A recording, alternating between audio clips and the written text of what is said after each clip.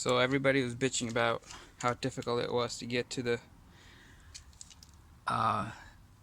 this handle replacement mechanism, the pins that got to come out and all that jazz, and there was only way to get there was through here, and maybe if you move your window down you could come from here, but you risk the chance of breaking the glass. So what did I do?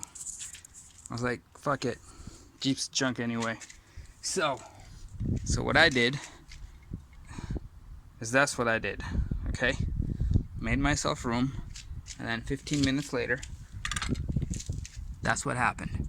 I put the door handle in, and those little saw retainers, they were upside, they were this way, they were inserted that way.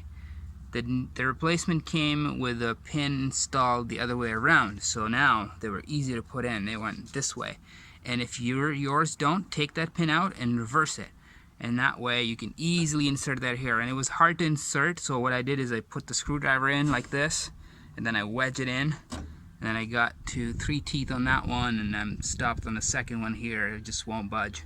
So there's that. And then what I would do now is I'll move these plates back. They're very flimsy metal, cheap Jeep again. So I'll just put it together and I'll duct tape it. I'm not even going to try to weld this thing.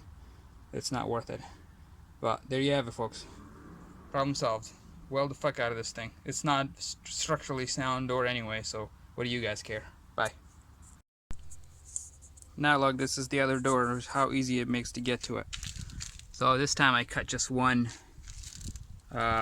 instead of two. I misgauged last time, but this time I got it in pretty good. So now you can see that the gator clip right there can easily come off.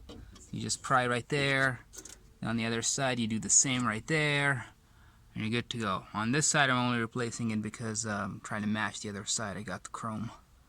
But what a piece of junk.